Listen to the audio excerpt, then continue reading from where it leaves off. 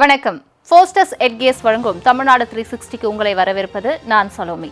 தமிழகத்தில் உள்ள அனைத்து மாவட்ட நிகழ்வுகளையும் விரிவாக பார்ப்பதற்கு முன் தலைப்புச் செய்திகளை பார்க்கலாம்.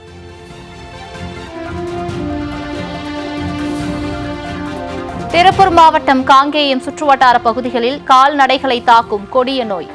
கால்நடை மருத்துவ முகாம்களை அமைக்க விவசாயிகள் கோரிக்கை.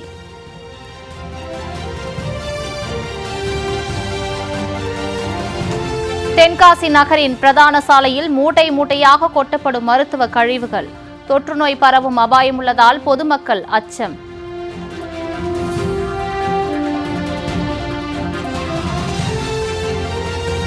ஜல்லிக்கட்டு காளைகளை அழகுபடுத்தும் பாரம்பரிய ஜல்ஜல் மணிமாலைகள். பல வண்ணங்களில் தயாரிக்கப்பட்டு மணிமாலைகளை ஆர்வமுடன் வாங்கி செல்லும் கால்நடை வளர்ப்போர்.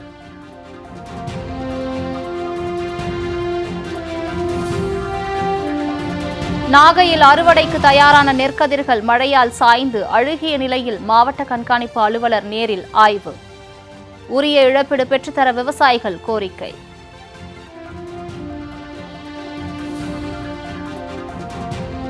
ஹீமோபிலியா நோயால் பாதிக்கப்பட்ட மாணவனுக்கு உயர் ரக அறுவை சிகிச்சை செய்து உயிரை காப்பாற்றிய அரசு மருத்துவர்கள். அரசு மருத்துவமனையின் சிறப்பை விளக்கும் செய்தி தொகுப்பு.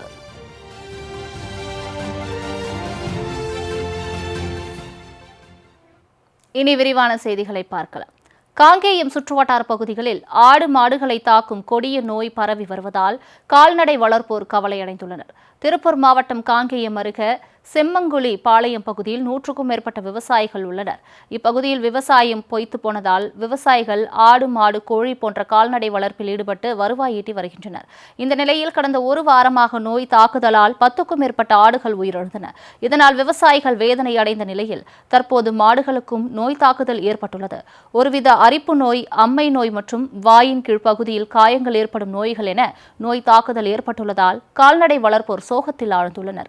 கால்நடை மருத்துவமனை 7 கிலோமீட்டர் தொலைவில் உள்ளதால் கால்நடைகளை அழைத்து செல்வதில் சிக்கல் ஏற்படுகிறது. இதனால் உயிரிழப்புகள் அதிகரிக்க வாய்ப்புள்ளதால் தங்கள் பகுதியில் பகுதி நேர கால்நடை மருத்துவமனை அமைக்க வேண்டும் என்றும் போதிய மருந்துகள் இருப்பு வைத்திருக்க நடவடிக்கை எடுக்க வேண்டும் என்றும் அவர்கள் கோரிக்கை விடுத்துள்ளனர்.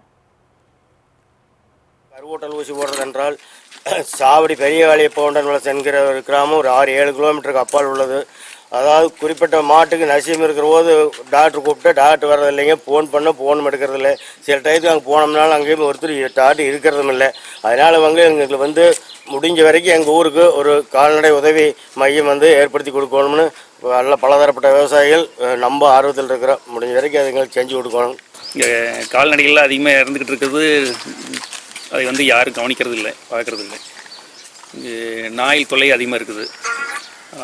அந்த அரசாங்கம் பார்த்து இதுக்கு ஏதாவது ஒரு முடிவு செய்யணுங்கிறது சொல்லி வயிற்றுல பிடுங்குற மாதிரி இருக்குது. அப்படியே கொஞ்ச நேரத்தில் இறந்துருது. யாரும் அதுக்கு பார்க்குற மாதிரி இல்லை. டாக்டர் கூப்பிட்டால் ஃபோன் எடுக்கிறது இல்லை. டாக்டர் ஒரு 6-7 கிலோமீட்டருக்கு அந்த கால்நடை மருத்துவமனை இருக்குது. இங்கே உதவி மருத்துவமனை ஒன்று இங்கேயே பக்கத்துலேயே இருந்ததுன்னா எங்களுக்கு சௌகரியமாக இருக்குது.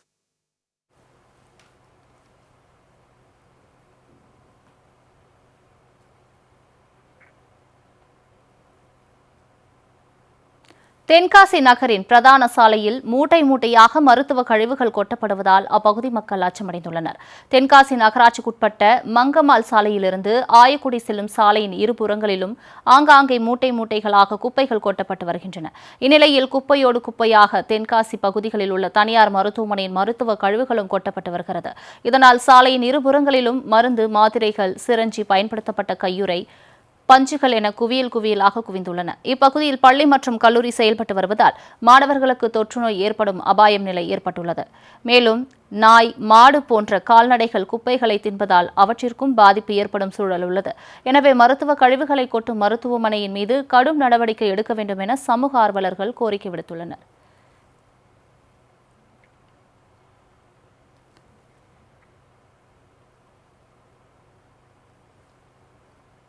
பெரியகுளம் அருகே பழங்குடியின மக்களுக்கு 2,76,00,000 ரூபாய் மதிப்பிலான நலத்திட்ட உதவிகளை மாவட்ட ஆட்சியர் சஜீவனா வழங்கினார்.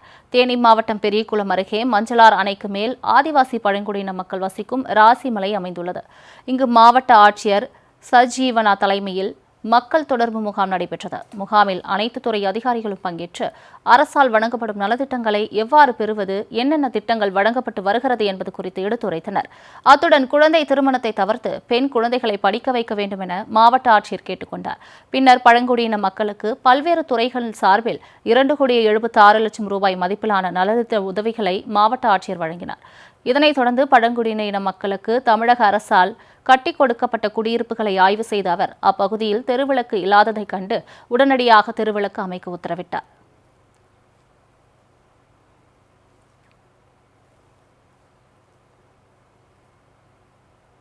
நாகை மாவட்டத்தில் அறுவடைக்கு தயாராக இருந்த நெற்கதிர்கள் மழையால் சாய்ந்து அழுகிய நிலையில் மாவட்ட கண்காணிப்பு அலுவலர் நேரில் ஆய்வு செய்தார்.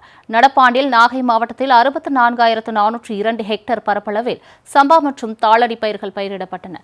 இந்நிலையில் கடந்த சில தினங்களுக்கு முன்பு பெய்த திடீர் மழையால் புத்தகரம், தலையாமழை, சித்தாய்மூர், பட்டமங்கலம், குருவப்புலம், வேதாரண்யம் உள்ளிட்ட பகுதிகளில் அறுவடைக்கு தயாராக இருந்த ஆயிரக்கணக்கான ஏக்கர் சம்பா பயிர்கள் வயலில் சாய்ந்து அழுகிய நிலையில் முளைக்கும் தருவாயில் உள்ளது. இதனால் வேதனையடைந்துள்ள விவசாயிகள் மாவட்ட கண்காணிப்பு அலுவலர் அண்ணாதுரை நேரில் சென்று பாதிக்கப்பட்ட பயிர்களை பார்வையிட்டு ஆய்வு செய்து விவசாயிகளிடம் குறைகளை கேட்டறிந்தார்.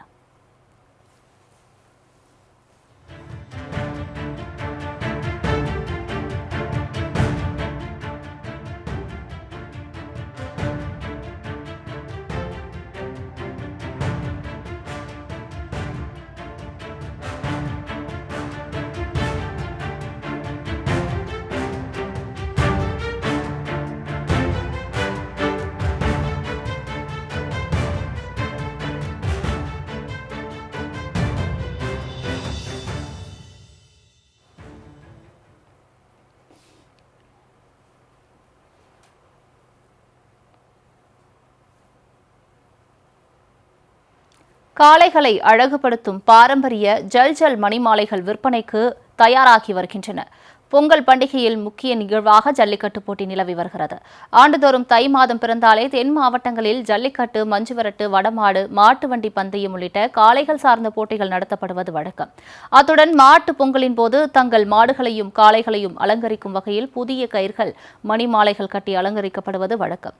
இதற்காக சிவகங்கை மாவட்டம் சிங்கம்புணரி பகுதியில் சேவகப்பெருமான் பகுதியில் மணிமாலைகள் மற்றும் அழகு கயிர்கள் தயாரிக்கப்பட்டு விற்பனைக்கு தயாராக உள்ளன.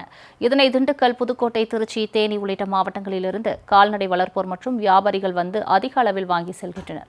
அத்துடன் வாங்க வருபவர்களின் விருப்பத்திற்கேற்ப வண்ணங்களிலும் கட்சிகளின் வண்ணங்களிலும் கயிறுகள், மணிமாலைகள் தயாரித்து வழங்கப்படுகின்றன. இந்த மணியை எப்படி டைட் பண்றது, இந்த குஞ்சங்களை எப்படி கட்டுறது, மணிக்குள்ள என்னென்ன கொடுக்கணும் அப்படிங்கிற எல்லா விவரமும் எங்களுக்கு எங்க ஐயா காலங்கள்ல இருந்து எங்களுக்கு சொல்லி கொடுத்ததுனால அதை எப்படி நடைமுறையா பண்ணிக்கிட்டு இருக்கோம். ஆமா, இப்ப உள்ள காலங்கள்ல இதே பண்ணிக்கிட்டு இருக்கோம். மணிகள்ல வந்து 6 மணி, 4 மணி, 8 மணி, அரியக்குடி மணி, வெங்கநாயக்கம்பட்டி மணி, கும்பகோணம் மணி, அனைத்து வகையான மணி நம்மகிட்ட கிடைக்குங்க.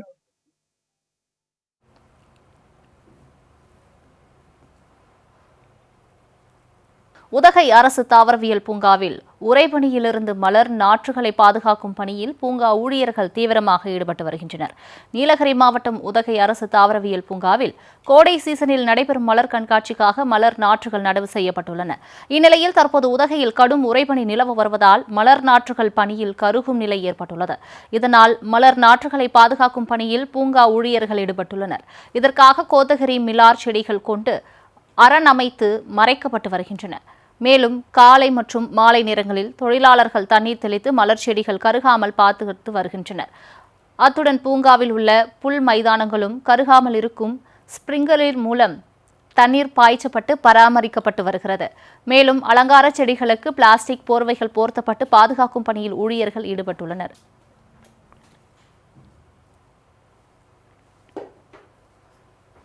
தஞ்சையில் லயன் கிங் சிறுவர் அனிமேஷன் படத்தை பார்த்த அரசு குழந்தைகள் காப்பக மாணவ மாணவியர் உற்சாகத்தில் துள்ளி குதித்தனர். தஞ்சை மாவட்டத்தில் உள்ள வெற்றி ஸ்கொயர் திரையரங்கில் லயன் கிங் என்ற சிறுவர்களுக்கான அனிமேஷன் திரைப்படம் திரையிடப்பட்டுள்ளது. இந்நிலையில் அரசு குழந்தைகள் காப்பக இல்லத்தில் தங்கி பயின்று வரும் மாணவ மாணவியரை தியேட்டருக்கு அழைத்து சென்று லயன் கிங் படத்தை பார்க்க மாவட்ட ஆட்சியர் பிரியங்கா வங்கஜம் ஏற்பாடு செய்துள்ளார். சிறுவர்களுக்காக சிறப்பு காட்சி ஒளிபரப்பப்பட்டது. 3D கண்ணாடி அணிந்து அனிமேஷன் படத்தை தியேட்டரில் கண்ட காப்பக சிறுவர்கள் உற்சாகத்தில் துள்ளி குதித்தனர். காப்பக குழந்தைகள் தியேட்டருக்குள் நுழைந்ததும் ஐயோ குளிருது என கைகளை கட்டிக்கொண்டும் சீட்டில் அமர்ந்து ஜாலியா இருக்கு என்று மகிழ்ந்தனர். இந்த நாளை நாங்கள் மறக்க மாட்டோம் என்றும் கூறி மகிழ்ந்தனர். ரொம்ப ஜாலியா இருக்கு. நல்லா ஜாலியா என்ஜாய் பண்றோம்.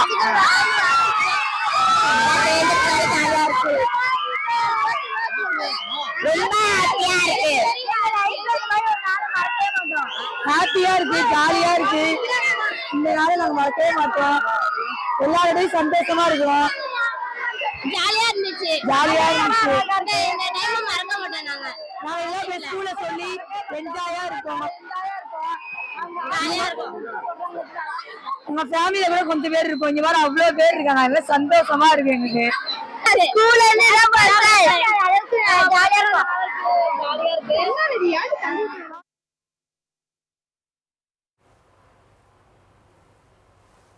ராசிபுரம் அருகே திருமணிமுத்தாற்றில் ரசாயன கழிவுகள் கலப்பதால் பல்லாயிரக்கணக்கான மீன்கள் செத்து மிதக்கும் அவல நிலை ஏற்பட்டுள்ளது. சேலம் மாவட்டம் ஏற்காடு மலை அடிவாரத்திலிருந்து திருமணிமுத்தாறு தொடங்கி சேலம் நகர்பகுதி, ஆட்டையாம்பட்டி, எள்ளச்சிபாளையம், பரமத்திவேலூர் வழியாக சென்று இறுதியாக காவிரி ஆற்றில் கலக்கிறது. இந்த நிலையில் நாமக்கல் மாவட்டம் ராசிபுரம் அடுத்த வெண்ணந்தூர் பகுதியாக செல்லும் திருமணிமுத்தாற்றில் கழிவுநீர் மற்றும் சாய கழிவுநீர் கலப்பதால் ஆற்றில் கருமை நிறத்துடனும் நுரை பொங்கி பாய்கிறது. இந்த ரசாயன கழிவுகளால் திருமணிமுத்தாற்றில் பல்லாயிரக்கணக்கான மீன்கள் செத்து மிதக்கும் அவல நிலை ஏற்பட்டுள்ளது.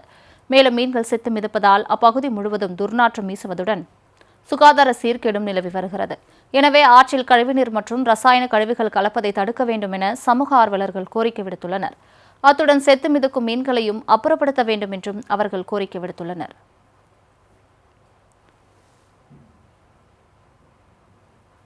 சேலத்தில் நடைபெற்ற பாரம்பரிய கலை மீட்பு திருவிழாவில் ஆட்டம் பாட்டத்துடன் கலைகள் விழிப்புணர்வு பேரணி நடைபெற்றது.